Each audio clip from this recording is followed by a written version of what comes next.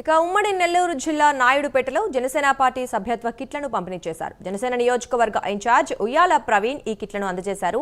సూళ్లూరుపేట నియోజకవర్గంలో 2600 సభ్యత్వాలు నమోదు చేసుకోవడం జరిగిందన్నారు. దేశంలో ఏ రాజకీయ పార్టీ కల్పించని విధంగా జనసేన పార్టీ సభ్యత్వంలో కార్యకర్త కుటుంబ భద్రతపై పవన్ కళ్యాణ్ దృష్టి సారించారని ఆయన అన్నారు. గ్రామ స్థాయిలో జనసేన పార్టీ సిద్ధాంతాలను ప్రజల్లోకి తీసుకెళ్లాలని కోరారు. మరియు మన రాష్ట్ర ఉప ముఖ్యమంత్రి శ్రీ పవన్ కళ్యాణ్ గారి ఆదేశాల మేరకు సూళ్లూరుపేట నియోజకవర్గానికి సంబంధించిన 4వ విడత క్రియాశీలక సభ్యత్వ కిట్లు పంపిణీ కార్యక్రమం ఈరోజు మన నాయుడుపేటలో అట్టహాసంగా జరుపుకోవడం జరిగింది. ఈ కార్యక్రమానికి విచ్చేసిన క్రియాశీలక కార్యకర్తలు మరియు క్రియాశీలక కార్యకర్త నమోదు వాలంటీర్లకు అందరికీ పేరు పేరున ప్రత్యేకంగా ధన్యవాదాలు తెలుపుకుంటున్నాను.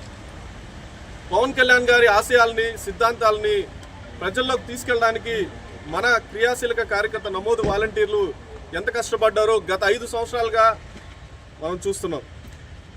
మొదట విడతలో 100లో ఉన్న మనం 4వ విడతకు వచ్చేసరికి వేలల్లో మనం క్రియాశీలక సభ్యత్వం నమోదు చేసుకోవడం నిజంగా చాలా సంతోషకరం.